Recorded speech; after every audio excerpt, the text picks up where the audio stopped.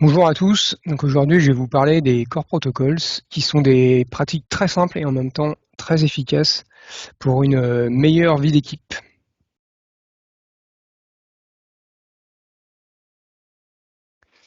Je me présente, pour ceux qui ne me connaissent pas, voilà, je m'appelle Franz de Gagny. Je suis artisan développeur, hein, c'est-à-dire que j'aime bien les pratiques qui vont faire du code à la fois propre et robuste. Euh, J'accompagne les équipes vers des meilleures pratiques, hein, comme le TDD, le BDD. Je suis coach agile, j'accompagne les organisations et les équipes à avoir un travail qui soit à la fois plus efficace et plus confortable. Et puis j'adore les jeux, les jeux de plateau, les jeux de cartes. Et du coup, je m'en sers pour euh, les formations, les moments de facilitation, les moments de cohésion d'équipe. Voilà, voilà. Donc, avant de se lancer dans le sujet, j'aimerais faire avec vous un petit jeu. Donc ce petit jeu s'appelle le bingo. Donc je vais vous demander de dessiner une grille de 9 cases, 3 par 3 sur votre feuille et de mettre les numéros de 1 à 9 dedans. Voilà. Est-ce que c'est OK pour vous? Yes. Du coup, je vais vous donner des affirmations, hein, pour chaque numéro. Et si vous pouvez répondre oui à l'affirmation, alors vous cochez la case correspondante. Et puis si vous avez les 9 cases, hein, de remplies, vous criez bingo. Voilà, première phrase, vous avez déjà été dans ce genre de situation en réunion, voilà, pendant 1 heure, ça tourne en rond, heu, on a réussi à décider un mot ou 2, enfin voilà, ça va être vraiment très, très long. Je crois que c'est hyper laborieux. Donc si c'est le cas pour vous, cochez la case 1. Case 2, vous avez, vécu ou été témoin, hein, d'un conflit ouvert, donc les gens se sont criés dessus, voire, se sont empoignés par le col ou se sont carrément mis une baffe. Si ça vous est arrivé ou si vous avez été témoin, cochez la case 2. Vous avez déjà vécu ça aussi, hein, où vous avez été victime ou vous avez observé dans une équipe, voilà, il y a un bouc émissaire. Voilà, les blagues, ça tombe toujours sur la même personne. C'est un peu sympa, mais bon, ça finit par être un petit peu mauvaise ambiance quand même. Voilà, donc si vous avez vécu ça, cochez la case 3. Vous avez case 4, voilà. Vous étiez dans une équipe où il y avait un leader, hein, vraiment en mode super-héros, qui est super compétent, qui sait tout faire, qui est sur tous les fronts, et en même temps, qui prend un peu toute la place et sans forcément faire exprès, hein, il écrase un peu ses collègues, voilà, qui finalement deviennent un peu suiveurs. Si vous avez été dans ce cas-là, voilà, ça pouvait être vous, hein, le leader en mode super-héros, ou alors quelqu'un d'autre. Cocher la case 4. Voilà. Case 5, bataille d'ego, hein, vous avez déjà vu ça, visiblement, il y a des gens qui voulaient pas lâcher l'affaire euh, par rapport à un sujet. Mais bon, visiblement, c'était un peu de mauvaise foi, c'était juste parce qu'ils voulaient pas que leur idée soit mise derrière, quoi. Donc, si c'est le cas, cochez la case 5. Une question, j'ai loupé le début. C'est sur des projets où on participe ou ça peut être sur des projets où on a un Bah, œil externe. ouais, si vous avez été témoin, c'est ok. Enfin voilà, Ok. si vous avez vécu ça ou si vous avez été témoin de ça, c'est ok. Euh, Affirmation 6, c'est voilà, remise en question des systématiques des choix précédents. Voilà, vous étiez dans des environnements où les gens arrivent et disent ah mais j'étais pas là à la dernière réunion, ça a été décidé sans moi, donc on remet tout à plat et on refait tout. Voilà, ou alors ça a été décidé, voilà, moi je suis pas d'accord, je dis rien pendant la réunion et puis une fois que la réunion est finie, je fais du lobbying dans les couloirs pour qu'on détricote les décisions qui ont été déjà prises en fait. Donc voilà, si vous avez vécu ça, cochez la case 6. Cochez la case 7, vous avez soit vous-même, soit déjà vu quelqu'un pleurer. Voilà, dans votre équipe ou dans une équipe à côté, mais vous avez déjà été témoin ou vous-même, ça vous est arrivé.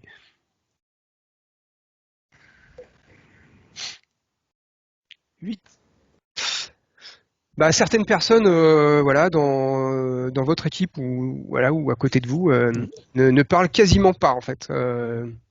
à chaque fois qu'il y a des prises de décision collectives où on demande l'avis à des gens, ils se taisent.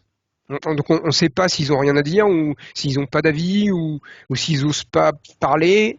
En tout cas, ils s'expriment pas. Et c'est systématique. Voilà, donc si vous avez vécu ça, vous avez côtoyé des gens comme ça, ou si vous-même, à un moment donné, vous êtes senti dans cette situation où vous n'aviez pas envie ou pas vous vous exprimez pas parce que vous pensez, voilà, vous n'étiez pas sûr d'être pertinent ou vous vous sentiez pas à l'aise pour le faire, cochez la case 8. Et puis 9, vous avez déjà eu des gens qui regardaient leurs emails ou leur mobile en réunion, qui checkaient leur réunion suivante, voilà, qui visiblement ne participaient pas à la réunion, qui faisaient autre chose en même temps. Donc si vous avez vécu ça, vous cochez la case 9. Et puis maintenant, mettez dans le chat combien vous avez coché de cases.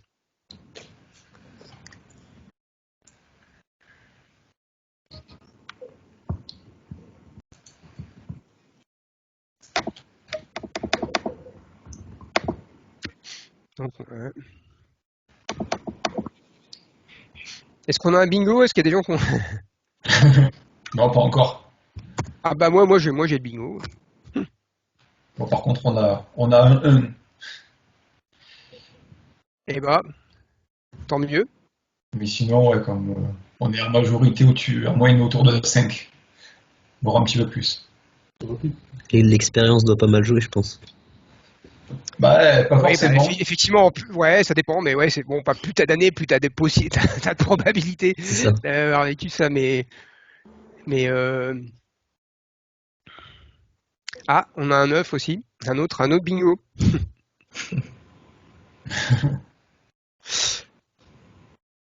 Ok, bon voilà, qu'est-ce que vous pensez de ces situations en fait? C'est des situations négatives. Ouais, globalement, est-ce que ça vous paraît normal de vivre ça au travail? Non. Oui, on est humain. Alors, ouais, effectivement, peut-être. En fait, la vraie problématique, c'est est-ce que c'est systématique ou pas? Oui, voilà, est-ce que c'est vraiment exceptionnel ou est-ce que ça revient régulièrement? Ouais. Si c'est un point qui est vraiment récurrent, dans ce cas-là, il y a un vrai souci et qu'il faut régler. Sinon, ça peut être lié à beaucoup de facteurs. Et effectivement, comme on disait, on est des êtres humains.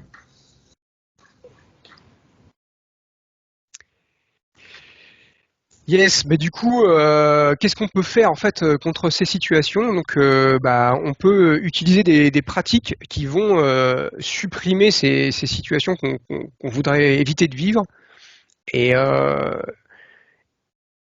ou qui vont les supprimer ou les diminuer en fait, ou en diminuer la fréquence. Donc, je vais vous parler des core protocols qui sont des petites pratiques collaboratives qui sont très simples et qui permettent justement d'éviter ou de diminuer le nombre de ces situations en fait. Alors aujourd'hui, je vais pas faire de vous des experts sur les core protocols. L'idée, c'est un peu plus de l'information, de l'ouverture d'esprit. Si ça vous intéresse, vous aurez l'opportunité de vous renseigner plus en détail. Moi personnellement, j'ai utilisé seulement quelques-uns de ces protocoles. C'était pas exactement des core protocols, mais c'était les mêmes pratiques sous une forme un peu différente, parce que les mêmes problèmes ont souvent les mêmes solutions. Voilà, donc les protocoles, les core protocols, ou en français c'est les protocoles fondamentaux. Qu'est-ce que ça promet en fait? Ça promet une plus grande présence à soi-même et aux autres, c'est-à-dire être vraiment là dans l'instant, avoir un moment plus riche. Voilà, ça promet des décisions partagées et responsables. Ça permet un meilleur alignement et compréhension de soi-même et des autres. Et ça permet aussi la capacité d'améliorer son travail de manière collective. Là, on parle d'amélioration continue, c'est-à-dire de ne pas buter toujours et encore sur les mêmes problèmes. Donc ça, voilà, c'est les promesses. Donc ça semble intéressant, n'est-ce pas? Oui. Et du coup, c'est quoi? Ben, c'est une liste de petits protocoles très simples pour interagir efficacement et intelligemment en équipe. Pour moi, c'est assez intéressant. Ça rend sous forme de briques élémentaires les processus de collaboration interpersonnelle. Voilà. Et c'est des protocoles, hein, c'est des pratiques qui ont été testées à large échelle au niveau international depuis plus de 15 ans. Donc c'est c'est c'est vraiment efficace et dans certaines organisations, ça fait maintenant partie de la culture de l'organisation et ces protocoles sont de base utilisés dans l'entreprise pour interagir plus efficacement.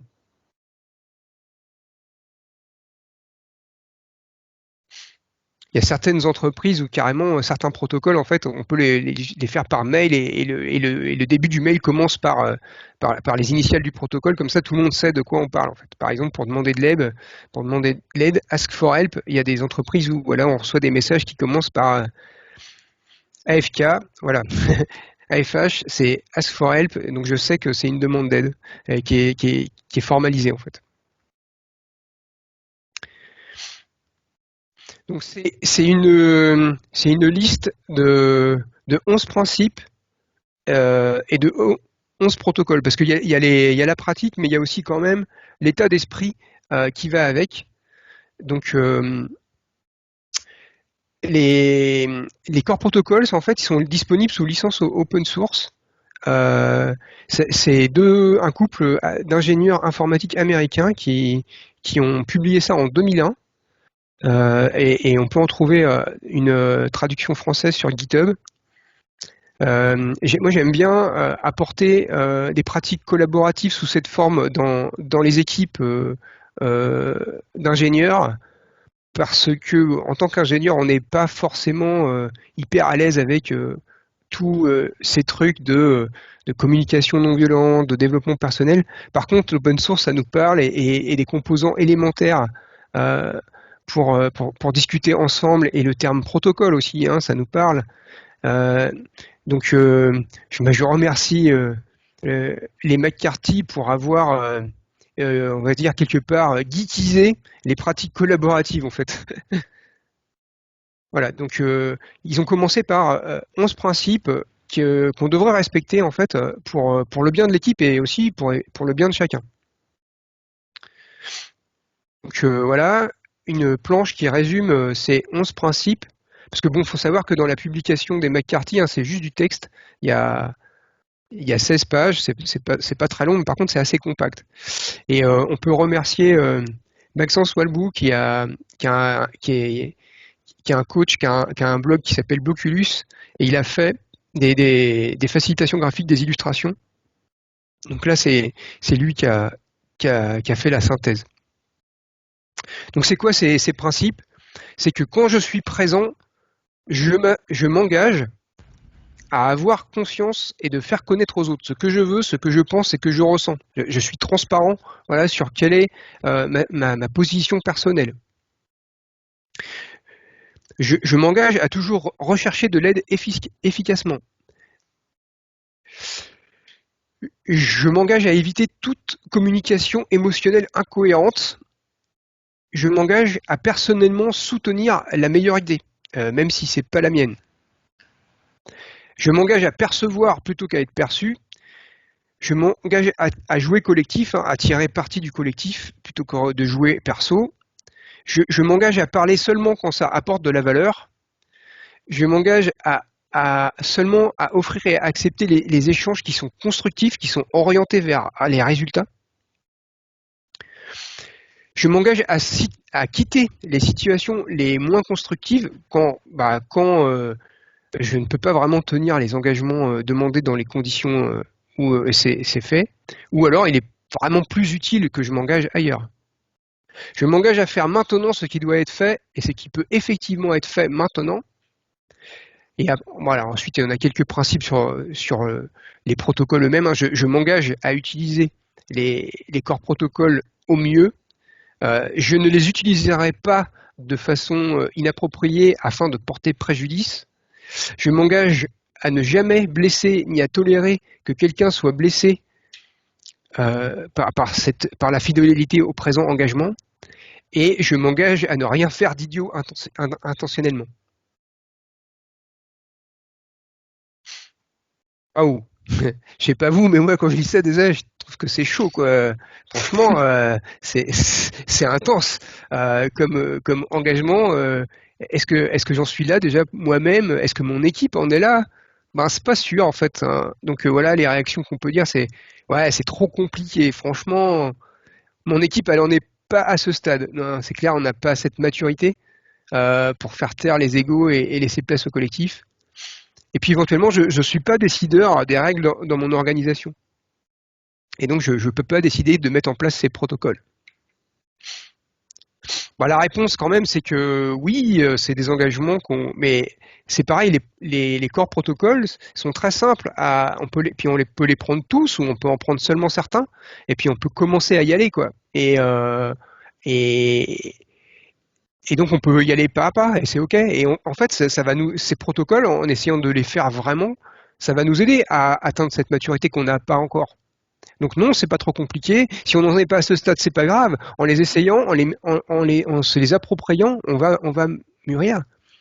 Puis concernant, je suis pas décideur des règles de mon organisation, c'est peut-être des fois un peu facile de dire ça. Peut-être que dans mon périmètre, j'ai le droit d'essayer des trucs. Et puis peut-être que nous devons aussi apprendre collectivement à dire non aux pratiques déplacées, injustes et inefficaces dans notre environnement. Voilà. Si on les tolère, elles vont prospérer. On peut juste, voilà, si ce n'est pas professionnel, on a le droit de dire ce n'est pas professionnel de faire ça.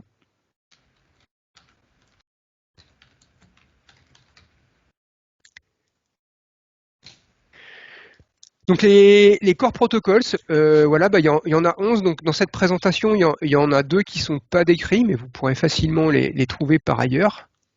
Et ils sont utilisables sous les conditions de la GNU GPL. Est-ce qu'il y en a qui connaissent les conditions de la GNU GPL?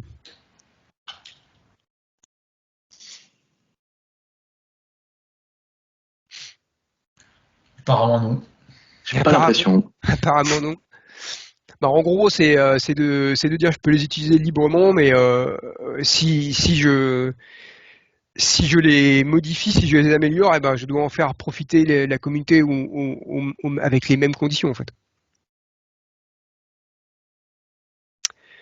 Donc ce que je vous propose en fait, c'est on va pas tous les parcourir en détail parce qu'on n'aura pas le temps en fait. Mais du coup, ce que je vous propose, c'est de voter. Euh, et puis en fait, je vais vous les décrire dans l'ordre par ceux qui ont été le plus populaires. Donc voilà, il y a le protocole PASS, c'est avoir le droit de refuser une activité. Check-in, c'est un sas d'entrée dans une activité. Les protocoles Decider plus résolution, c'est comment avoir une décision qui est vraiment collective par consentement mutuel. Intention check, c'est comment faire barrière au comportement nocif. Ask for help, c'est demander de l'aide efficacement. Check out, c'est pour s'extraire des contextes qui sont néfastes ou qui sont pas ou peu pertinents. Investigate, c'est questionner une idée, un comportement qui nous semble faible, inapproprié ou qui semble juste intéressant d'explorer.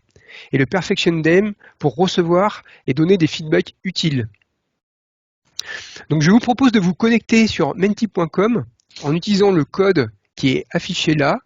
Je l'ai mis dans le chat. Si voilà. Et du coup, ça va vous demander de trier en fait cette petite liste dans l'ordre où vous souhaiteriez les aborder.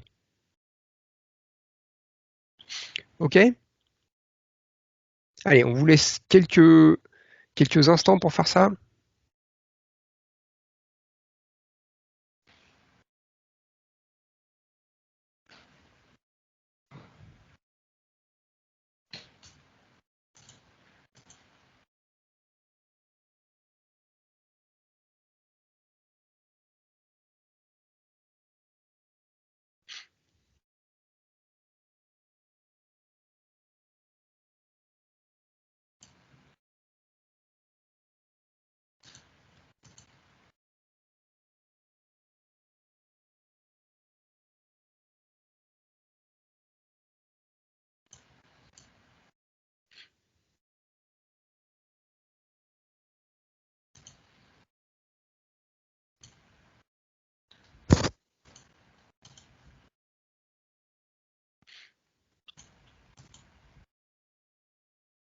Global Contact. Et c'est pas. Moi, je trouve pas intention J'ai l'impression qu'il n'y a pas. Oui, voilà. C'est pas. check. Ah bah, on est synchro, c'est bon. Voilà, c'est ça. Il n'y a pas intention check dans la liste. Intéressant, ça. Il n'y en a que 7. Ouais, je confirme aussi. Effectivement. Je voulais mettre en premier. Pareil.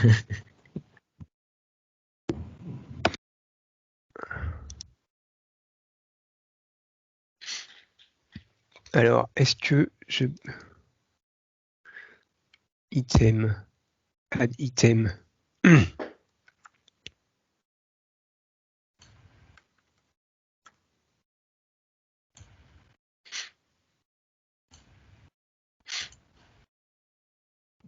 Yes, il est apparu.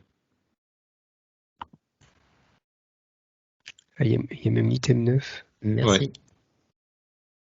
Merci. Ouais, ouais, Attends, mais comment ça se fait que ce truc... Pourquoi je peux pas le supprimer, celui-là?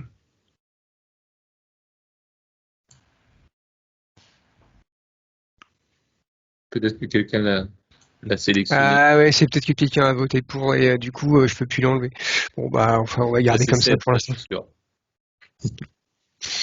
Ok, donc du coup, il doit apparaître dans votre liste maintenant. Donc, pensez à le retrier parce qu'il va être apparu en bas pour tout le monde en fait.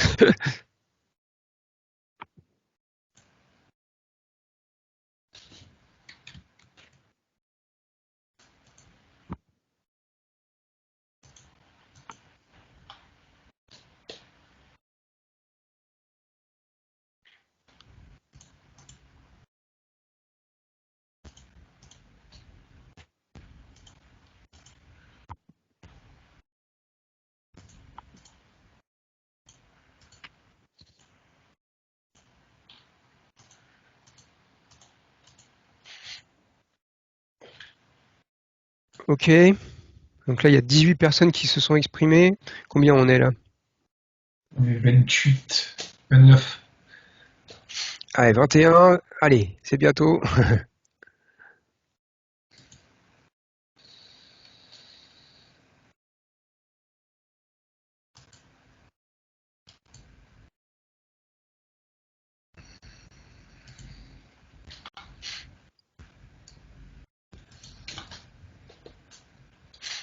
Il y a 23 personnes qui se sont exprimées.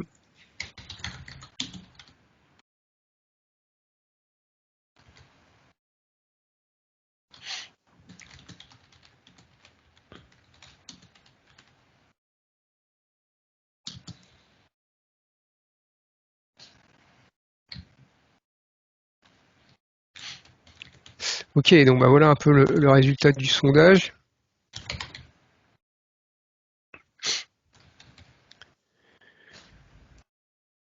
Ah, encore un petit vote. Donc voilà, en premier on a Perfection Game, Checkout, Ask for Help, Investigate. Ok, donc je vais commencer par vous les présenter.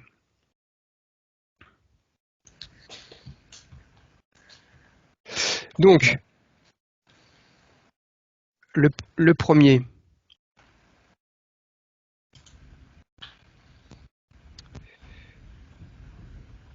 Checkout.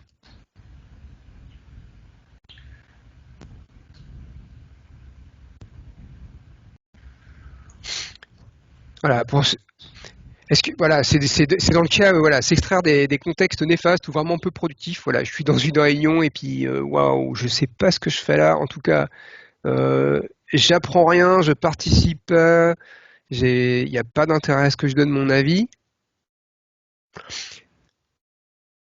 Eh bien, il est peut-être le temps de prendre soin de moi et des autres en quittant la pièce.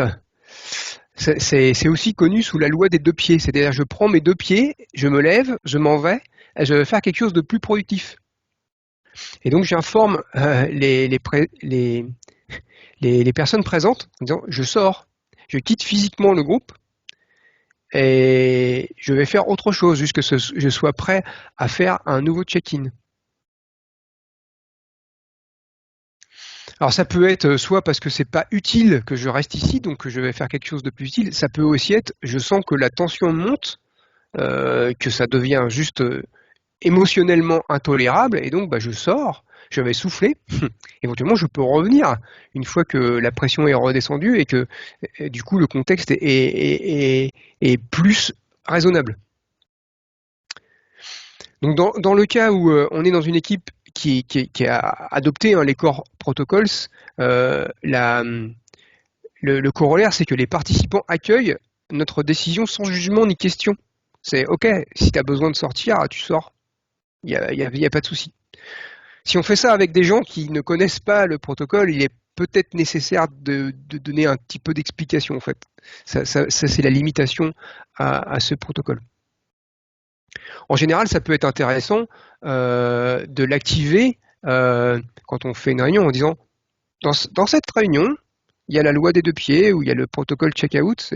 Si vous pensez à un moment donné que ce n'est plus utile ou ce n'est plus sécurisant de cette réunion, vous avez le droit de prendre vos 2 pieds et de sortir et d'aller faire autre chose.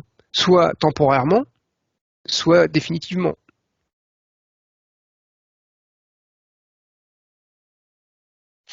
Pourquoi c'est utile? Parce que ça éduque chacun à utiliser son temps de manière utile, en évitant à être vraiment présent, vraiment acteur, ou alors sinon je vais faire autre chose.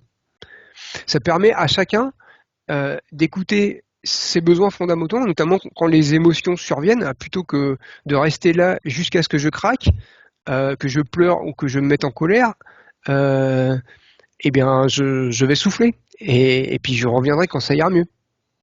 Voilà, et ça permet de prendre du recul pour ne pas réagir à chaud lors de tensions. Voilà. Donc si on est dans un groupe où les protocoles n'est pas en place, les gens ne le connaissent pas, on peut dire voilà, là je sens que la tension monte, ça le fait plus, donc je sors souffler. Et voilà, c'est clair. Et là peut-être quelqu'un va se rendre compte que aussi son comportement était peut-être pas approprié. Comment on fait ça en télétravail? Il y en a qui utilisent le chat pour pas interrompre la conversation en disant je sors et puis je quitte la réunion en fait. Ouais. J'ai déjà vu les gens faire ça. Voilà. Qu'est-ce que vous en pensez? Est-ce que vous avez déjà vécu ça? Est-ce que vous connaissiez la loi des 2 pieds? Est-ce que vous avez déjà des situations comme ça dans vos équipes ou dans votre travail? Alors oui, effectivement, mais il y a un corollaire à ça, c'est-à-dire que la personne qui quitte la réunion, quelque part, se doit de donner une explication à son départ. Oui, c'est ce que je disais. Au départ, il ne faut pas que ça soit non plus une brutalité. Ouais, c'est ce que je disais, c'est si le protocole est en place, donc tout le monde le connaît et ça a été annoncé, voilà, ça fait partie soit de la réunion, du cadre de la réunion, soit du cadre de travail partagé. Donc dans ce cas-là, c'est ok de pas le dire parce que les gens savent que c'est comme ça que ça marche.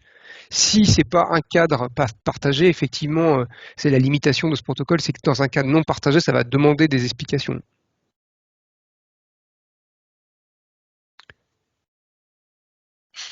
Est-ce que c'est clair pour vous? Est-ce que vous vous sentez capable de l'utiliser, par exemple, de mettre en place dans un cadre de travail d'une équipe ou d'une réunion?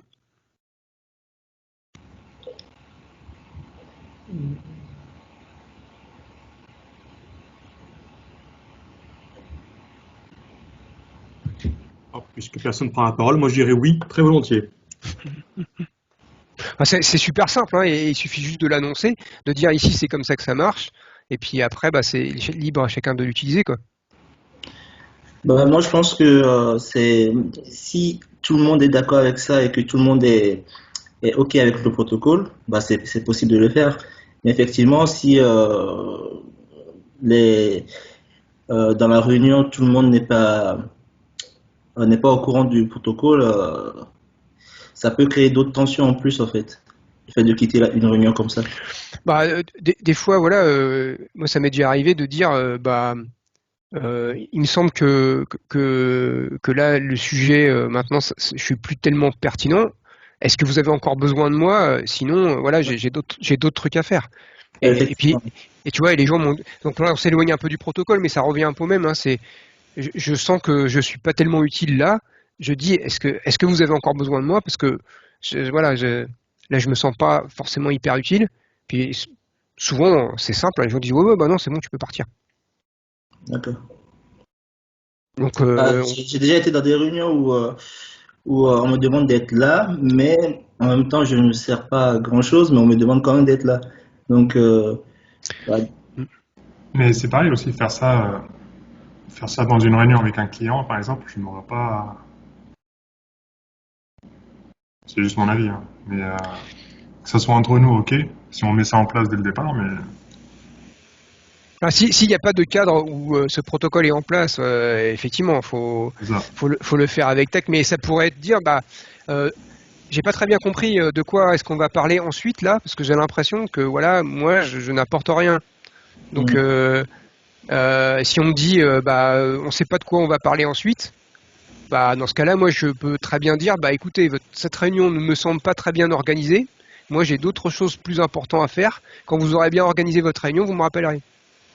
C'est un peu sec, mais c'est aussi c'est pas professionnel de s'organiser comme ça. Je suis désolé. Moi, j'ai besoin d'être efficace. Ça m'est déjà arrivé. Ça m'est déjà arrivé et j'ai réagi presque pareil.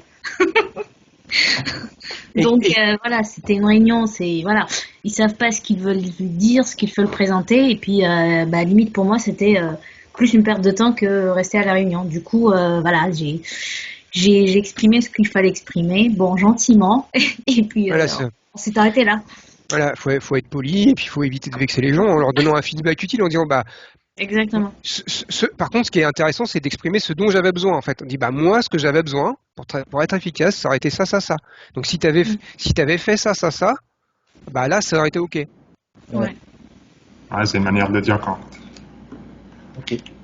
Tu vois, par exemple, tu dis, moi, j'avais besoin d'un ordre du jour, j'ai besoin que ça soit préparé, voilà. Est-ce que pour la prochaine fois, c'est ok de faire ça? Je veux bien vous aider éventuellement, tu vois.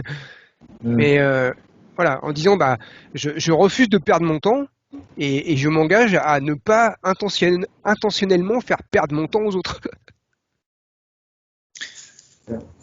Alors je me trompe peut-être, mais j'ai l'impression que dans notre activité, en tout cas de par l'expérience que j'ai pour le moment avec, chez Cassé, on est très très peu dans des cas où on est en présentiel dans une réunion et où on n'a strictement rien à y faire. La plupart du temps, c'est ce qui peut arriver, c'est que le sujet initial de la réunion puisse déborder, mais en règle générale, il y a quand même des garde-fous de par, je dirais, la rareté et la préciosité de notre temps de présence. En général, on essaye d'éviter au maximum des gens qui viennent à une réunion pour ne rien faire et pour juste perdre du temps. Tant mieux si ça arrive, mais après c'est vrai que comme tu dis, ça peut être un sujet qui dérive, et tu dis à partir du moment où ça dérive, tu dis là, est-ce que vous avez encore besoin de moi, parce que là cette deuxième partie, c'est plus trop mon sujet quoi. Alors sur des réunions, je dirais avec des clients, on arrive quand même assez facilement à, s'il y a un technicien spécialiste qui venait sur un sujet bien précis, une fois que le sujet est traité, on peut effectivement lui dire c'est bon quoi. Ta présence n'est plus vraiment nécessaire. Après, à partir du moment où on a une position de type, je dirais, responsable organisationnel, ça devient beaucoup plus difficile de dire qu'on n'a rien à faire dans la réunion en question. On peut avoir l'impression qu'on perd son temps, et par contre, on ne peut pas forcément partir. Ouais, alors après ça peut être des fois c'était juste mal organisé, donc tu dis voilà, est-ce qu'on est là pour prendre des décisions, est-ce qu'on est là pour travailler? Parce que si on est là pour travailler, peut-être que vaudrait mieux se répartir le boulot, préparer vraiment le truc, et on prendra la décision tous ensemble. Moi, des fois, ça m'est arrivé d'interrompre en disant ça n'a pas l'air sec, ça serait mieux qu'on se répartisse le boulot et que quand ça sera prêt, on décidera tous ensemble. Mais là, j'ai l'impression qu'on est 15 à 15, c'est difficile d'être efficace quand on travaille sur un sujet quoi. Ok, et donc du coup, c'est une bonne transition. Le suivant, c'est le Perfection Game. obtenir et donner des feedbacks constructifs.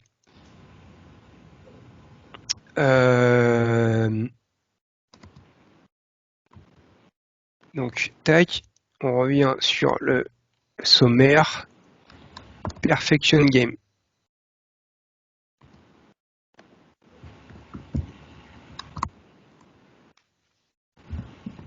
Oh.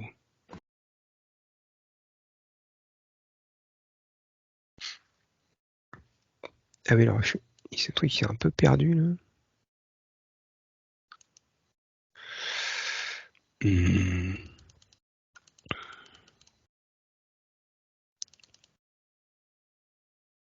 Tac. Tac. Voilà, le Perfection Game, on a tous besoin de feedback pour progresser, mais il nous faut des feedbacks utiles, et c'est là que c'est plus compliqué. Donc par rapport à une activité, on voudrait essayer de factualiser un peu les choses, et on voudrait avoir deux choses. Le niveau d'appréciation en disant pour ce travail, je te donnerai une note de temps sur 10. On essaye de factualiser un peu pour avoir le sentiment de où est-ce qu'on en est, parce que j'ai apprécié telle chose, et pour l'améliorer, si j'ai pas mis 10, hein, je te propose de modifier ci, d'ajouter ça ou de retirer ça. Éventuellement, l'autre personne peut poser des questions de clarification. Mais par contre, c'est un feedback, donc ça appartient à la personne qui nous le donne, donc on ne challenge pas, c'est pas le moment en fait. C'est juste, voilà, écoute, tu me donnes ton avis, tu dis ce que tu as apprécié, tu dis ce qu'il faudrait améliorer, c'est intéressant. On peut soit le donner de cette façon, soit le recevoir de cette façon. Moi, ce que j'aime bien, c'est quand on fait des réunions un peu importantes ou des ateliers, de systématiquement en fait, récupérer le feedback pour savoir si la prochaine fois, il faudra s'y prendre de cette façon ou faudra s'y prendre différemment. Voilà, c'est utile parce que ça offre une manière simple et riche d'apporter des feedbacks constructifs. Hein, là, on est dans la construction. Hein, ça met l'accent sur les points positifs. Parce que, ok, peut-être que tu m'as pas mis 10 sur 10, mais c'est important pour moi que je conserve ce que les gens apprécient quand je vais améliorer ma façon de faire. Et finalement, cette façon de demander feedback, ça n'autorise pas des commentaires négatifs. Ça invite plutôt les personnes à être dans la co-construction plutôt que de dire « ouais, c'est tout pourri ». Ok, peut-être que tu mets 1 sur 10, ok, mais du coup, si tu mets 1 sur 10, c'est pas 0, donc qu'est-ce que tu as apprécié quand même? Et du coup, qu'est-ce que tu aurais fait à ma place si c'était toi, en fait? Donc ça, c'est très intéressant de le faire sous cette façon. On peut le faire de personne à personne, hein, on peut le faire en groupe en disant, voilà, je vous ai préparé cette réunion, j'ai animé cet atelier, à la fin, je veux savoir comment vous avez vécu ça, pour savoir si la prochaine fois, je devrais refaire pareil. Ce qui est intéressant aussi de dire, c'est que dans le protocole, la note, c'est pas une note absolue, hein, c'est une note par rapport au potentiel de progression. Dire, je te mets 10 sur 10, parce que la perfection n'est pas de ce monde, mais dans le contexte qui était le nôtre, là, je pense qu'on pouvait pas faire mieux. Donc, je mets 10 sur 10. Voilà. C'est contextuel, hein, et puis c'est par rapport à un potentiel de progression. Voilà, c'est tout simple. Donc, qu'est-ce que vous en pensez? Est-ce que ça vous paraît utile? Est-ce que vous êtes prêt à l'utiliser? Qu'est-ce que vous en pensez? Moi, ça me paraît utile. Ouais. Je trouve que c'est plutôt pas mal. Ça permet au moins de donner son avis. Ouais, ça permet d'inviter aux autres de donner son avis, ou de donner son avis, mais d'une manière forcément, tu vois, constructive. Tu vois, en disant, pour ce travail, je donnerais quand même 3 sur 10, parce que je pense que tu peux t'améliorer grandement. J'apprécie que tu as fait ça, mais par contre, pour l'améliorer, je te propose de faire ça, parce qu'il y a moyen de faire beaucoup mieux, quoi. Tu vois? Ouais, et donner un feedback comme ça, c'est plus en disant, ouais, c'est moche, tu vois, ou c'est illisible. Bon, forcément, la personne, elle va pas le recevoir de la même façon. Ah, je suis d'accord. D'accord. Personnellement, moi, ça me paraît très compliqué à mettre en place. Si on dit à quelqu'un 3 sur 10, mais on dit des axes d'amélioration après, bah, je pense que la personne restera butée sur le 3 sur 10 et dira, bah, qui es-tu pour me juger, quoi. Ah, mais est-ce que tu penses que c'est pas plus facile à recevoir que ah, c'est tout pourri ou ah, c'est illisible? Ah non, bah, non, j'espère que personne dit ça. Parce que je sais pas vous, mais moi, des feedbacks comme ça, j'en ai déjà donné, puis j'en ai déjà reçu aussi. Bah, c'était pas super. Hein. Bah, Alors, oui, je pense que c'est une très bonne idée parce que on a parfois en face de nous un interlocuteur qui est avide ou en attente de messages positifs. Même si, en règle générale, les gens sont quand même assez conscients de la qualité de leur travail et ils sont assez conscients éventuellement des travers ou des petits points qui vont pas forcément super bien. N'empêche que il y a quand même, je veux dire, c'est toujours agréable de recevoir des commentaires positifs, même sur un travail qui est peut-être pas forcément terrible, parce que de base, on se donne quand même du mal pour faire ce qu'on fait. C'est Donc, ça. Et il y a une notion de reconnaissance, c'est important de la partager. ouais, c'est ça, c'est dire, bah, en fait, t'es pas à zéro. En fait, ça ce que t'as fait, c'est bien. Continue de le faire. Tu peux améliorer plein mal de choses, mais ça, continue de le faire comme ça, parce que ça, c'était bien. Donc tout n'est pas acheté en fait. Et ça, c'est important de voir que bah, dans ce qu'on a fait, même si on a des potentiels d'amélioration, bah, tout n'est pas acheté en fait. Et donc malgré tout, ça a été apprécié, au moins en partie. Donc on dit bon, bah, ça fait du bien quand même de dire j'ai pas fait tout ça pour rien. Après c'est pareil, hein, c'est un protocole. Donc bah, si on met en place dans une équipe, bah, en fait tout le monde le connaît en fait. Et donc tout le monde sait qu'on rentre dans une interaction standardisée en fait, avec un cadre. Et donc c'est beaucoup plus facile aussi de dire ah je comprends ce que tu fais en fait, puisque on l'a partagé tous ensemble. Ok, des questions, des remarques sur ce protocole?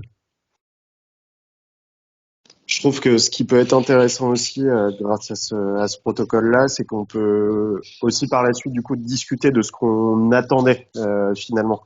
Qu'est-ce qu'on demandait entre guillemets à la personne pour être sûr que finalement on était bien sur la même longueur d'onde et qu'il n'y a pas eu de différence entre ce qu'on a produit et ce qu'on attendait de nous aussi au départ. Je pense que ça peut être aussi intéressant d'avoir un retour comme ça sur notre production. Ouais, là au moins tu dis bah, ah ouais, en fait les gens ils attendaient ça. Bon, ça j'avais pas imprimé cette attente. Du coup bah, la prochaine fois je prendrai en compte. Ok, des questions, des remarques? Une dernière remarque, c'est que ça permettra aussi de montrer aux personnes qu'on a regardé ce qu'ils ont fait. Ah bah oui, parce que pour faire une appréciation comme ça, tu es obligé de bien l'avoir analysé. Ouais. Voilà. Donc c'est important aussi à ce niveau-là. Clairement. Ok, donc ensuite, qu'est-ce que vous aviez sélectionné? Ask for help, un protocole pour demander de l'aide. Pareil, on va revenir au début. Tac, tac, tac, tac, tac. Le sommaire.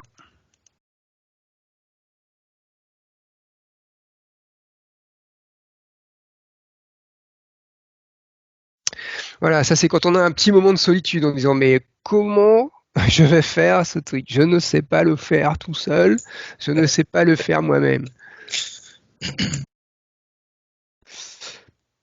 Voilà. Bah, ce qui est important, c'est de demander, de faire une demande claire. Donc, quelle est ma demande et pour quelle finalité? C'est surtout intéressant d'expliquer en fait ce que je veux chercher à obtenir. C'est pas toujours ce qu'on fait en fait. Ensuite, je décris concrètement ce que j'attends de la personne et j'explique les contraintes éventuelles. Et puis, c'est pas mal de l'exprimer personnellement. Parce que je sais pas, maintenant on est à distance, on a des chats, on peut poser demander de l'aide dans un chat. Alors, si c'est pas personnel, bah, les gens se sentent pas tellement de répondre, surtout si c'est compliqué, surtout si c'est pas très précis. Voilà. Et sachant que une demande, c'est pas une exigence, donc la personne à qui je demande personnellement de l'aide est libre d'accepter ou de refuser. Et il peut éventuellement me proposer une aide alternative, donc autre chose que ce que je demande. Mais si j'ai exprimé ma finalité, il sera en mesure de me proposer une aide alternative, alors que si je n'ai pas exprimé ma finalité, mais seulement une action concrète, il va dire l'action concrète non, et il ne saura pas quoi me proposer, puisqu'il ne sait pas ce que je cherche à atteindre. Donc là, on a un petit exemple, hein. C'est, voilà, je sais pas, Sébastien, est-ce que tu peux m'aider à réaménager la salle? Donc ça, c'est la demande. Pour quelle finalité? Nous avons avoir besoin de cet espace pour dérouler notre atelier tout à l'heure, donc ça, c'est la finalité. Pour ça, il faudrait juste retirer et empiler toutes les tables au fond de la salle, et je pense qu'à 2, ça devrait prendre 5 minutes. Est-ce que c'est possible pour toi? Voilà, donc c'est sûr que si on formule une demande d'aide comme ça, la personne, elle sait exactement ce qu'on attend d'elle, à quoi ça l'engage, et pourquoi je fais cette demande en fait. Parce que j'aurais pu juste dire, est-ce que tu peux m'aider à empiler les tables? Mais il ne sait pas pourquoi je fais ça en fait. Et il ne sait pas combien de temps ça va prendre, ou à quoi ça l'engage en fait. Donc là c'est un exemple, hein, mais voilà, et donc c'est de toujours suivre ce canevas avant de demander de l'aide. Et puis des fois, c'est vrai qu'on se dit, tiens, même juste exprimer la finalité, tu dis, ok, déjà rien que moi, ça me permet d'être au clair sur ce que j'essaye de faire en fait.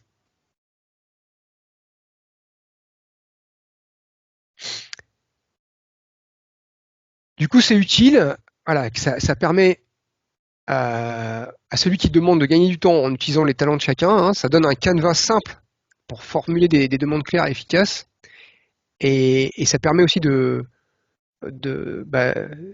si c'est ok pour nous de demander de l'aide de cette forme, voilà, j'ai pas de honte à demander de l'aide, c'est ok, c'est dans notre organisation, voilà, c'est ok de demander de l'aide sous cette forme. Et puis c'est ok aussi pour les personnes de dire non, désolé, je vais pas pouvoir le faire. Par contre, je te propose à la place ceci.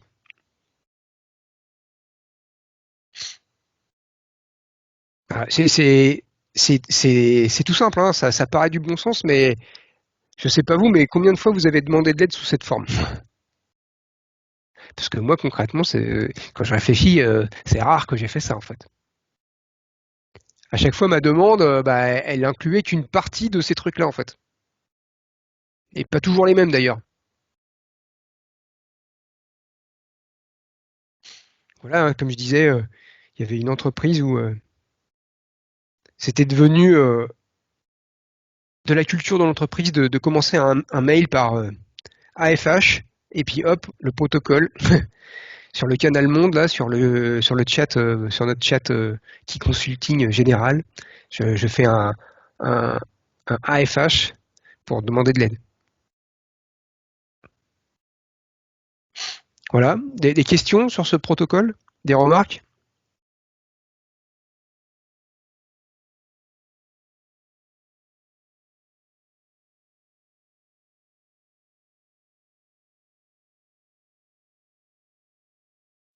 Qu'est-ce que ça vous inspire? Qu'est-ce que vous en pensez? Est-ce que vous êtes prêt à l'essayer? Pour ma part, complètement d'accord. Surtout sur le point détailler sa demande avant de la faire. Bien l'expliquer, bien la préparer, c'est un peu, on va dire, ma façon de faire quand je prends le temps de bien faire les choses. Donc, effectivement, ça permet de gagner beaucoup de temps.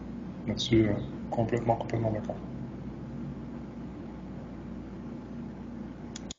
Moi, je pense en remplissant un canevas précis, je pense qu'on peut aussi se rendre compte que parfois, on a la réponse tout seul et ça tout le monde. Ça pourrait arriver. C'est ce que j'allais dire aussi. Ça m'est déjà arrivé.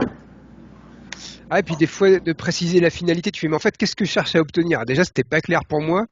Donc, c'est sûr que ma demande va être confuse. C'est ça. Ouais, ça oblige à préciser le besoin et ça nous oblige à y réfléchir à 2 fois avant de solliciter les autres personnes. Ouais.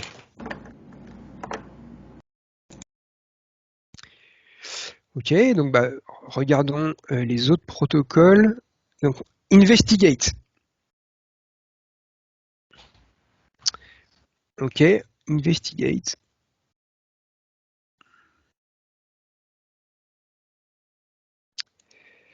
Tac.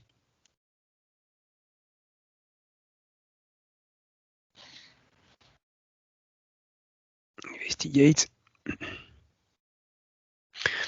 Alors probablement celui-là, c'est le protocole le plus simple et en même temps le plus compliqué parce que en fait, c'est juste qu'il nous dit essayez d'agir en enquêteur, essayez d'agir comme si on était un enquêteur fasciné par ce sujet en fait, un journaliste d'investigation en fait, en posant des questions jusqu'à ce que notre curiosité soit satisfaite ou qu'on n'aurait plus envie de poser des questions. Et donc c'est à utiliser à chaque fois que une idée ou un comportement apparaissent faibles ou étranges, ou quand un sujet semble intéressant et attise notre curiosité, ou quand une personne nous demande de l'aide pour creuser une problématique. Voilà, une personne qui nous demande de l'aide, et en fait, peut-être ce qu'on peut lui apporter comme aide, c'est juste de l'aider en fait à creuser son sujet en fait. Et le comportement, ça peut être une personne fait des trucs très bizarres. Je sais pas si c'est pertinent, mais du coup peut-être, j'en sais rien en fait. Du coup, je vais questionner cette personne pour qu'elle m'explique sa logique. Pourquoi elle est en train de faire ça comme ça? Peut-être qu'elle a tout à fait raison. C'est juste que moi, j'avais plein de trucs que je connaissais pas ou de contextes que je connaissais pas ou des pratiques que je connaissais pas. Du coup, je vais sortir enrichi. Ou alors, en lui posant des questions, peut-être ça va faire émerger que c'était peut-être pas hyper pertinent d'agir comme ça et peut-être elle va s'en rendre compte toute seule aussi.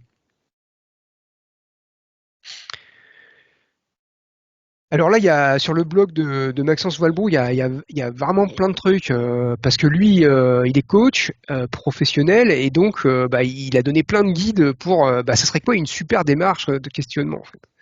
Et du coup, j'ai sorti les éléments essentiels ici, mais il en a fait toute une infographie hyper riche. Si vous êtes dans la situation où vous devez faire une investigation, je vous encourage à lire son blog, son billet de blog en entier parce qu'il est super riche. Déjà, les trois règles d'or du questionnement, c'est faut vraiment être en posture d'écoute. En fait, ce que je veux, c'est acquérir de l'information. C'est pas injecter mes propres préjugés à la personne que je suis en train de questionner. En fait. Donc surtout ne pas couper la parole, même si elle bafouille, même si c'est pas clair, j'écoute. Parce que si je lui coupe la parole, ça va couper sa pensée, elle va perdre le fil, et moi je vais perdre des informations. Et si la personne elle est très confuse, c'est pas grave, j'écoute, j'essaye de faire la synthèse, éventuellement je prends des notes et après je reformule pour savoir si c'est bien ça qu'elle essayait de me dire. Mais surtout, je l'interromps pas. Et règle numéro 2, c'est écouter encore plus. Hein. Le silence est un excellent allié. Et quand la personne elle arrête de parler, comptez jusqu'à 5 dans votre tête. Et des fois, elle va se mettre à reparler toute seule en fait. Et les gens qui sont bavards ou dynamiques comme moi, je dois vraiment me forcer à faire ça. Hein, parce que quand il y a le silence, moi je suis mal à l'aise. Mais il y a des gens qui me disent mais non, mais moi j'ai encore besoin de réfléchir. Et en fait, tu m'as coupé dans mon élan. Laisse-moi le temps. Laisse-moi le temps de réfléchir. Et du coup, ok, faut se forcer effectivement à ne pas réagir tout de suite quand il y a du silence. Ensuite, troisième règle, pas de questions fermées. Alors ça, c'est quand même assez dur. Une question fermée, c'est une réponse où on peut répondre par oui ou par non. Donc, est-ce que tu es content? Ça, c'est une question fermée, parce que la réponse est oui, non. Super. Et en fait, ça va pas beaucoup m'aider, en fait, parce que là, mon investigation, elle s'arrête immédiatement. Donc, il faudrait que je remplace par quel est ton état d'esprit, comment tu te sens. Là, je vais avoir une réponse plus riche, en fait. Et puis, en plus, quand on fait des questions fermées, quelque part, on y insère un peu notre avis. Tu vois, je dis, est-ce que tu es en forme? Bon, quelque part, ça induit un peu une réponse. La personne, elle se dit, s'il me pose cette question, c'est qu'il pense que c'est pas le cas, en fait. Sinon, il m'aurait pas dit ça comme ça. Donc voilà, les 3 règles d'or, hein, c'est vraiment écouter encore plus avec du silence et pas de questions fermées. Et puis après, il y a des pièges de questionnement à éviter. La question pourquoi est à éviter. Parce que cette question, en général, elle invite à la justification. Donc il vaudrait mieux poser des questions. Donc si on remplacer le pourquoi par si ça concerne des faits, il faudrait mieux dire en quoi. Si ça concerne des objectifs, il faudrait mieux dire dans quel but. Et si ça concerne les moyens, il faudrait mieux dire comment. Le pourquoi, c'est piège en fait. Et puis, quand on fait de l'investigation, c'est super important de questionner les imprécisions. Les gens vont me dire il, qui ça il, ou on, qui ça on. Ou il faut, je dois. Donc ça, c'est des croyances en fait.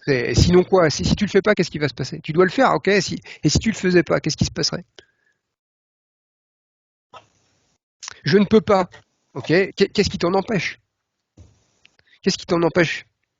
Est-ce que c'est une croyance ou est-ce qu'il y a quelque chose qui t'empêche vraiment en fait?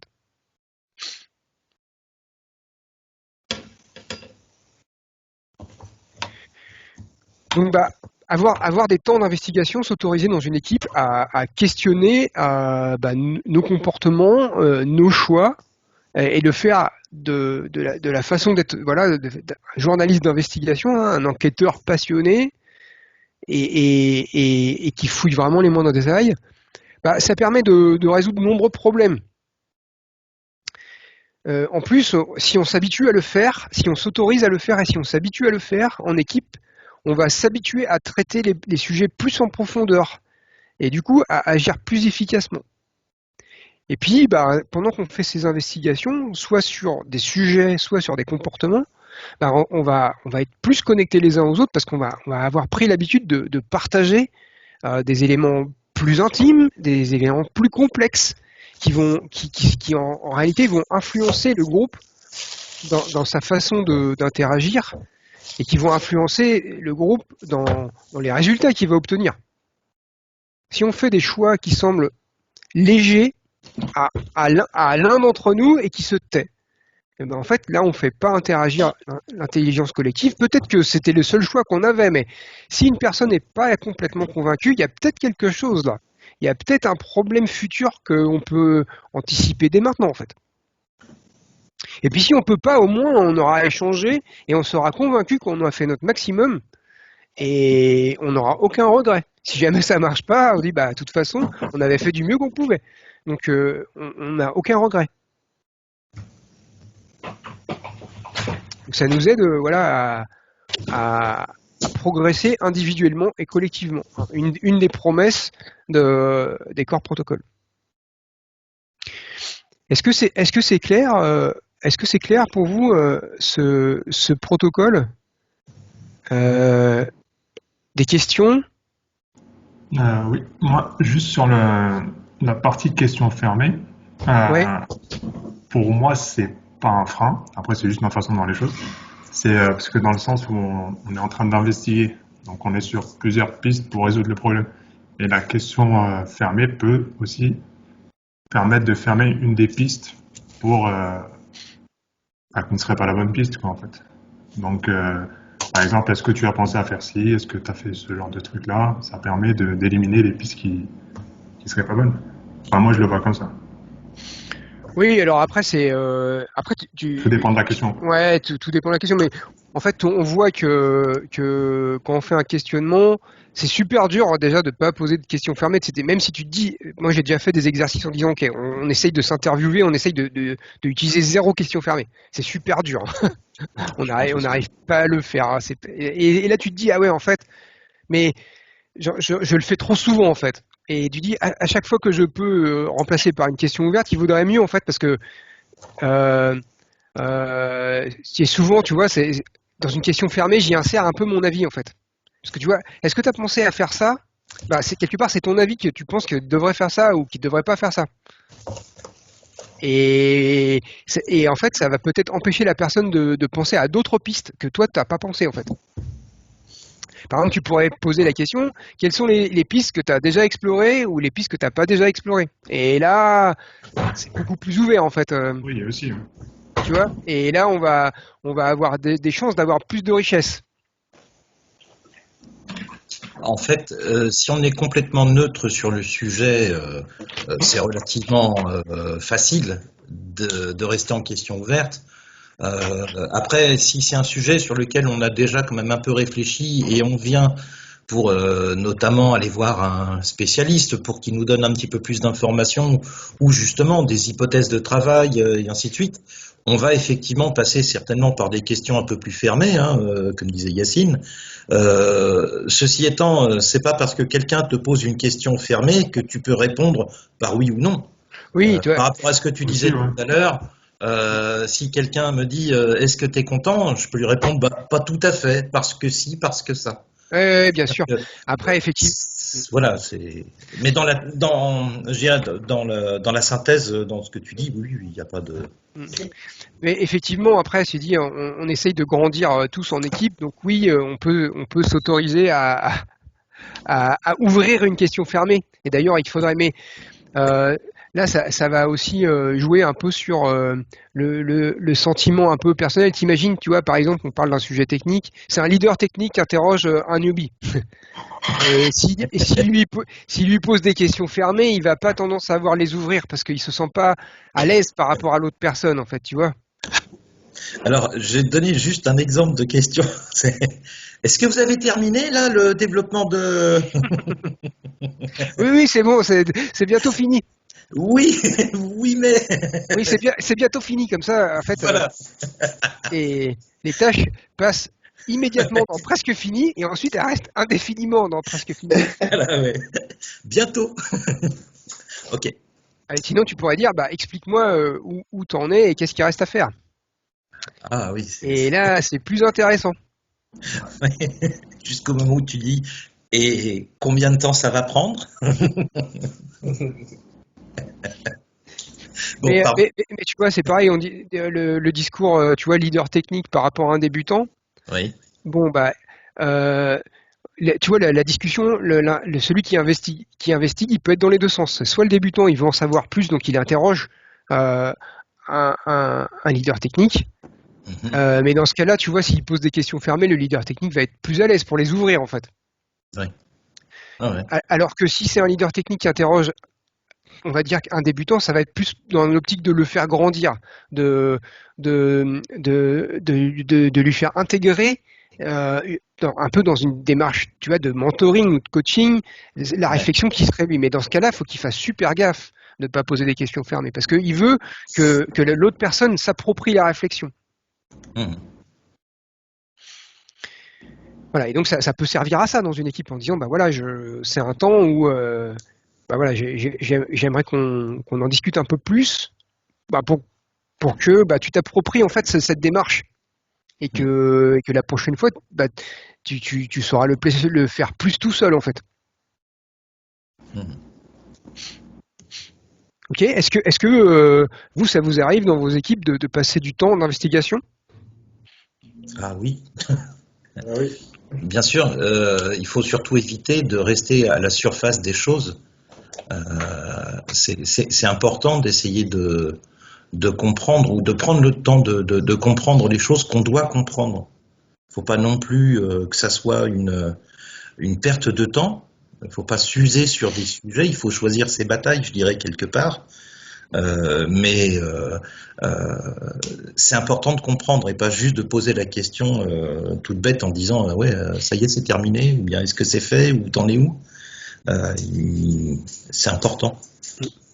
Ouais, c'est important de ne pas refermer les portes trop vite, et c'est important dans une équipe, si on met en place le protocole Investigate, c'est qu'on s'autorise à creuser les sujets plus en profondeur, et notamment pour ceux qui sont un peu plus jeunes ou un peu plus débutants. On a dit, si vous n'avez pas compris, bah, c'est le moment en fait de vous interroger. C'est le moment d'accumuler des connaissances ou des éléments de contexte ou des pratiques.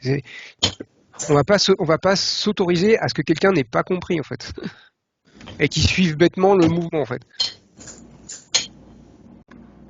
Parce que pour cette fois-ci, ça sera peut-être plus rapide, mais pour l'avenir, c'est pas super en fait. Ok. On va conclure, France. Ouais. Du coup, là, on arrive vers la fin. Donc, ben voilà les petits protocoles que je pouvais vous présenter. Donc, on les a pas tous vus, mais la présentation est en ligne. Hein, vous pouvez les voir les autres.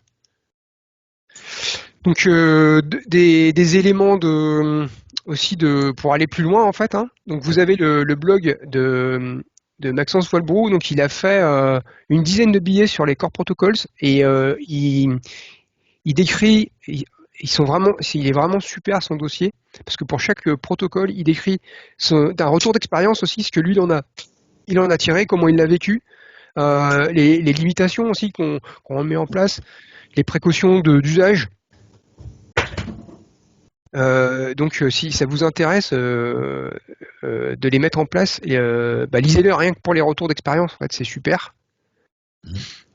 Vous avez le McCarthy Show online. C'est le site d'origine hein, du couple McCarthy qui a publié ça. Vous avez aussi Live in Greatness. Donc ça, c'est Live in Greatness, c'est le groupe de travail auquel participaient ou participent toujours, je sais, les McCarthy. Il y a un petit bouquin que vous avez en version numérique qui a écrit un Français, donc c'est super. Il coûte 1 euro sur Amazon en version numérique. Faites-vous plaisir. Hein, ça vaut le prix que ça coûte.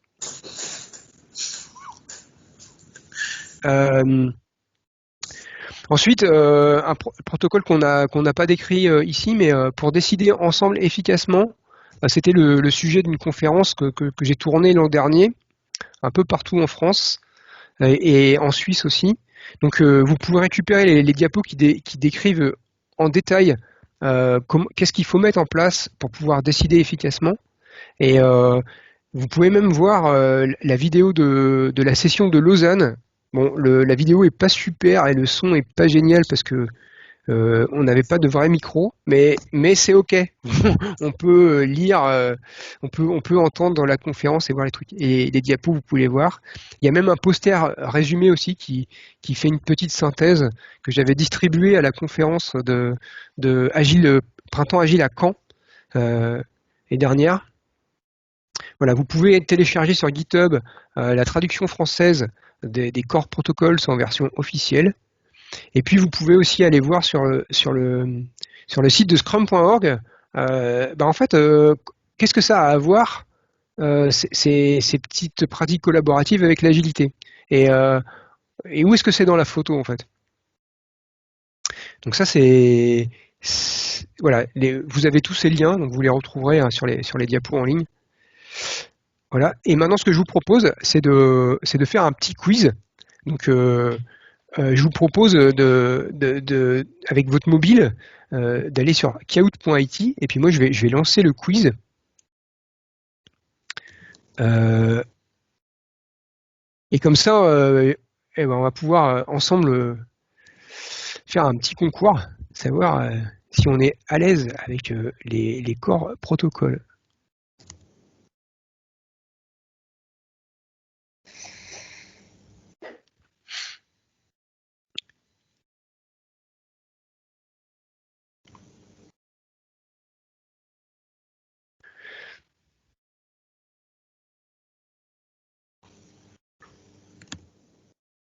Voilà, donc je lance le petit bousin.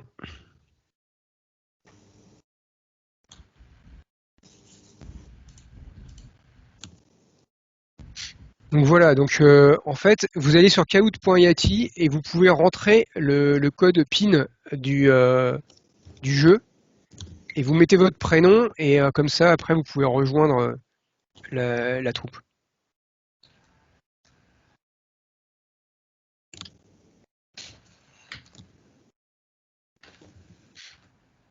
Voilà, donc je vous ai mis le code PIN dans le chat.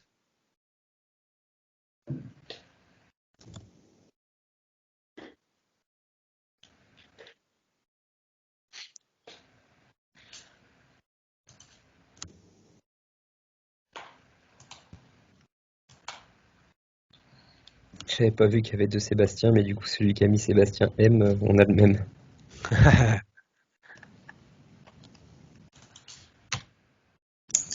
Intéressant, on me demande si je vois mon pseudo à l'écran, mais je ne peux pas répondre. Ou je n'ai pas trouvé où était le bouton pour dire oui, oui. Ah oui. Combien on est là? Il y a 17 inscrits? Est-ce que tout le monde a réussi à s'inscrire sur le Kahoot?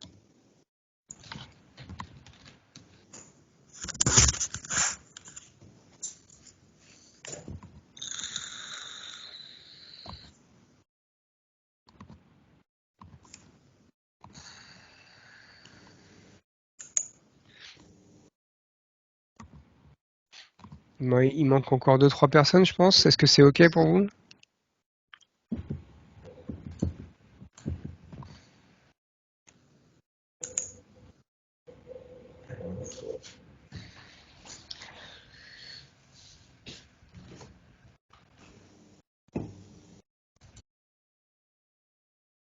On va peut-être se lancer, hein, parce que...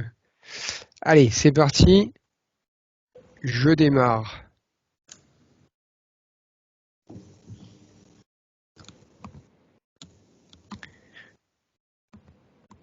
Donc il y a des bonus pour les bonnes réponses à suivre, hein. Donc les corps protocoles ont été publiés par Maxence Valbrou, J.M. Michel McCarthy, Donald Trump, Joseph McCarthy.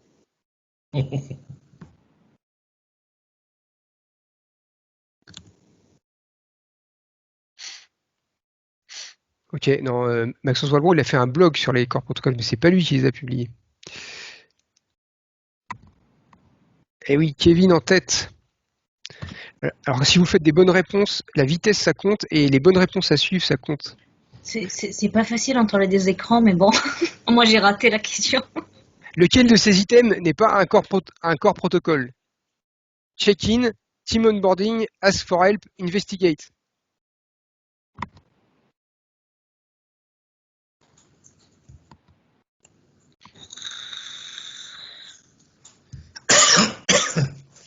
Yes, team onboarding, c'est pas un corps protocole.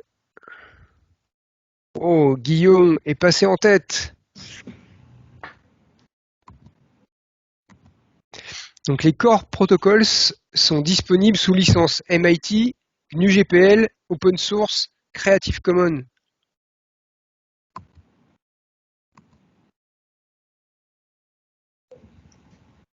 Donc, la licence des core protocols, c'est GNU-GPL.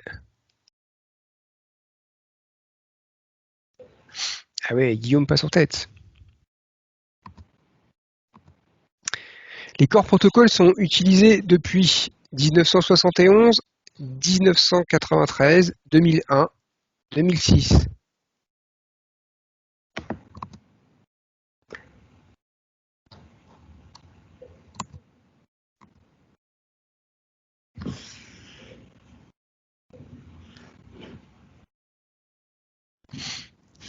Donc les corps protocoles ont été publiés en 2001. En tout cas, c'est la première date où on les voit apparaître dans la littérature. Alors probablement qu'ils utilisent des pratiques qui datent d'avant, mais en tout cas, ça a été formalisé à cette date. C'est intéressant de savoir que c'est aussi l'année de publication du manifeste agile, comme par hasard. Oh là là, Kevin, un méga bonus, et reprend la tête. Quel est le nombre des corps protocoles? 8, 5, 11, 15.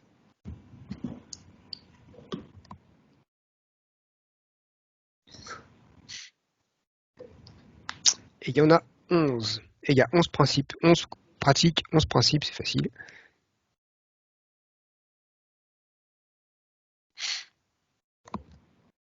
Ah, et Larissa a le plus grimpé et François passe en tête. Quel est le protocole qui me permet d'obtenir un feedback utile? Check-in, intention check, investigate, perfection game.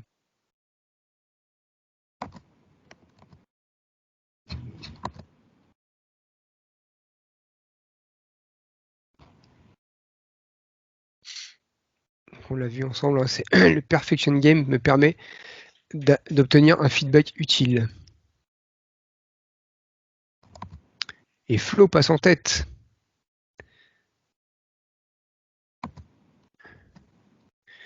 Quel est le protocole qui est aussi connu comme la loi des 2 pieds? Pass, checkout, résolution, protocole check. C'est le checkout, ouais, qui est aussi connu sous la loi des 2 pieds. Ah, Arnaud a pris des méga bonus, mais c'est Maxime qui passe en tête. Pour une décision collective efficace, je peux utiliser le protocole résolution, check-in, investigate ou decider.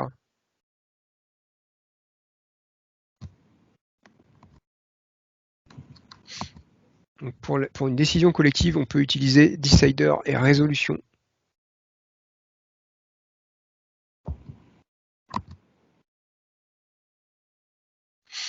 Et Florent passe en tête. Kevin a accumulé des méga bonus.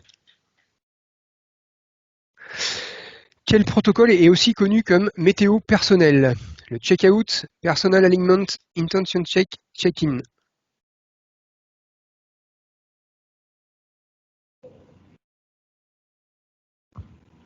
Ouais, celui-là, on ne l'a pas vu ensemble.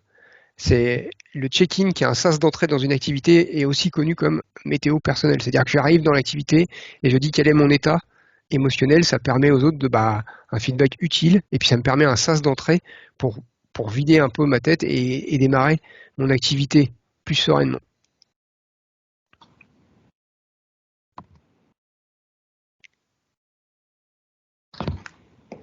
Dernière question.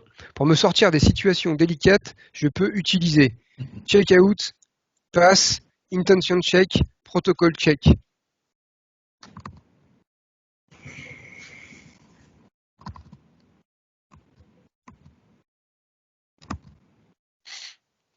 Voilà, pour me sortir des situations délicates, je peux utiliser check-out ou je peux utiliser intention check, qui est de questionner l'intention de la personne qui a un comportement qui a priori n'est pas approprié. Et maintenant, le podium. Donc, Maxime est notre grand vainqueur de ce... Non, il est 3e. En 2e, Flo. Et le grand vainqueur de ce quiz est Arnaud. Bravo. Avec la première. Mais non, c'est pas vrai. Bravo. Trop fier. Alors Arnaud, pour ce podium, je te donnerai une note de 10 sur 10. Merci François. Mais il avait les questions avant, je pense. Ah merde. Et les questions les plus difficiles, c'était quel est le protocole est aussi connu comme météo personnel, c'est intention check, mais bon, on ne l'avait pas vu ensemble. Et les core protocoles sont utilisés depuis 2001, mais ça, je vous l'avais dit. C'est exact. Les dates, hein. Allez. Ok. Eh bien, donc, voilà, je vous propose qu'on arrive à la fin de cette truc. Voilà, éventuellement, quelques questions ou remarques, mais juste avant de finir, eh ben, je vous propose que vous me fassiez mon perfection game et donc que sur Google Form, voilà, vous me donniez un feedback sur le temps que nous venons de passer ensemble. Serait-il possible que tu copies ce magnifique lien dans le chat? Ouais, c'est ce que je suis en train de faire. Parce que c'est vrai que le taper, c'est un Les petit grands peu esprits se rencontrent. c'est un petit peu chiant. Je suis d'accord. Merci Florian. Super. De rien.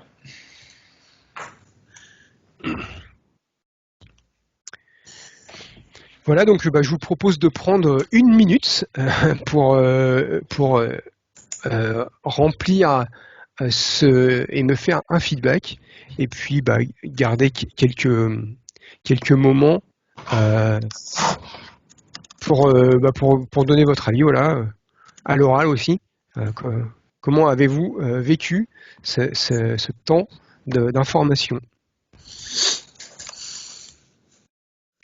Qu'est-ce que vous allez faire de ça? Est-ce que vous avez appris des choses? Est-ce que vous avez essayé des choses? Qu'est-ce que vous allez en faire dans les prochains 15 jours? mettez dans le chat. Qu'est-ce que vous allez faire de ça? Avec quoi vous repartez de ce temps, ce temps d'information, ce temps d'échange? Qu'est-ce que vous avez appris? Qu'est-ce que vous allez essayer les prochains 15 jours?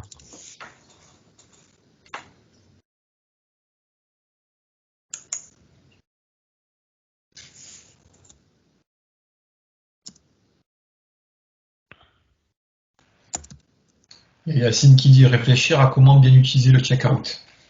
Ouais, très bien. Quoi d'autre?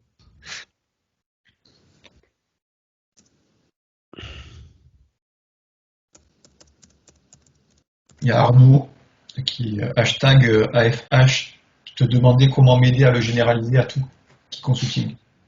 Ok, on pourra réfléchir, on pourrait faire.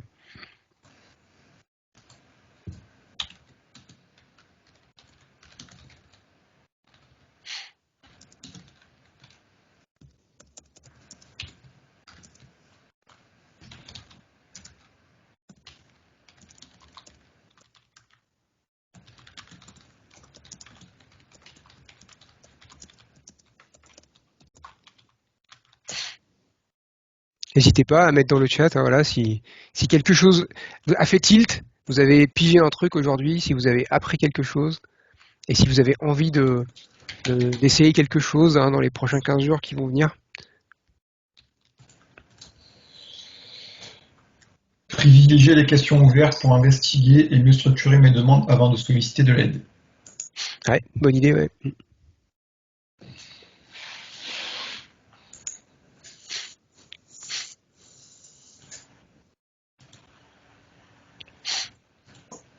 Voilà, n'hésitez pas à réagir. Hein.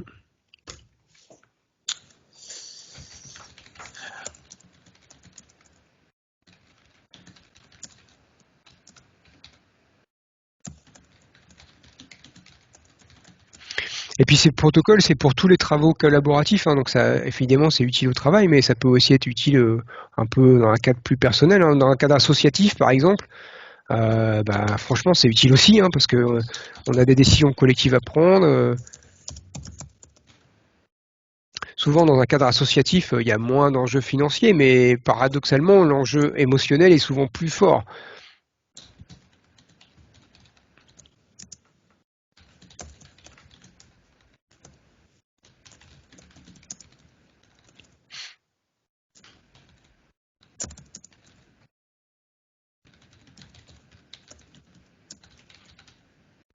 Voilà, est-ce que vous avez tous réussi à me faire un petit feedback avec le Perfection Game? Pas encore. Ah, pour moi, c'est bon.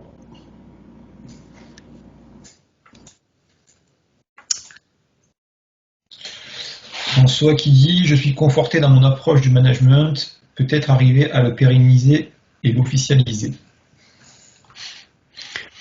On peut carrément essayer de dire, voilà, dans une équipe, pourquoi on prendrait pas, voilà, alors on peut prendre des core protocols en entier ou une partie, mais on pourrait très bien se dire, voilà, on se fait un peu le même principe en disant, voilà, un petit manifeste, voilà, c'est quoi les règles de vie qu'on s'engage à respecter, et c'est quoi les protocoles qu'on va utiliser en équipe, comme ça on va savoir exactement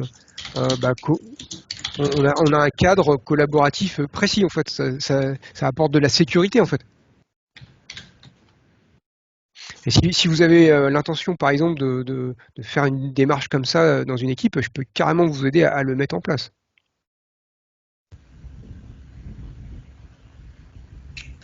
Ce qui peut être intéressant, c'est avoir déjà une réunion de préparation avec l'équipe pour identifier quels sont les protocoles, parce que tous sont peut-être pas forcément les plus... il s'agit peut-être pas forcément de prendre les 11 d'un coup, mais il y en a quelques-uns qui, à titre perso, sur lesquels je suis un petit peu focalisé. Et puis dans l'équipe, peut-être que d'autres personnes seront focalisées sur d'autres. Et clairement. Voilà, donc ça peut déboucher sur un travail encore plus efficace, ouais. Et je dirais une façon de travailler plus agréable, donc plus efficace aussi. Ouais, clairement, ouais. Mais ça doit être une démarche collective. On dit, bah, voilà, moi, j'ai pensé à ça. Est-ce que vous êtes d'accord? Et qu'est-ce qu'on fait, du coup? Et si vous voulez mettre ça en place, bah, je peux vous aider à faire un atelier qui permet de faire émerger le truc, en fait. Mhm.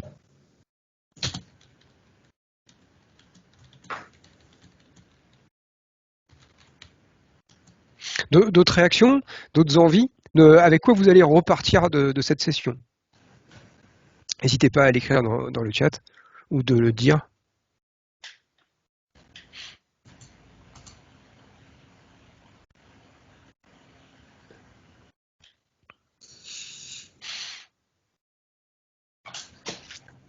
Ok, et ben moi j'espère que ça vous a donné envie d'en savoir plus au moins, déjà de savoir que ça existe, d'avoir envie de l'essayer encore mieux.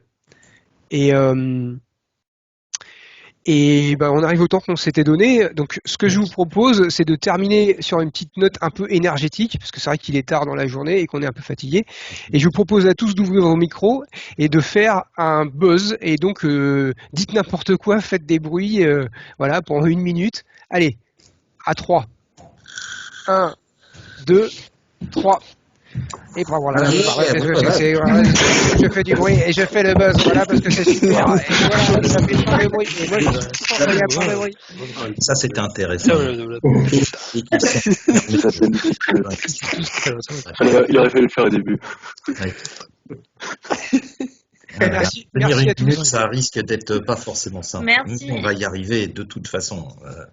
C'est notre objectif. Merci à tous. Merci. Merci. Bonne soirée. Merci à tous. Merci. Et toutes. Merci et bonne soirée. Bonne soirée. Bonne soirée. Bonne soirée. Bonne soirée. Bonne soirée et à demain.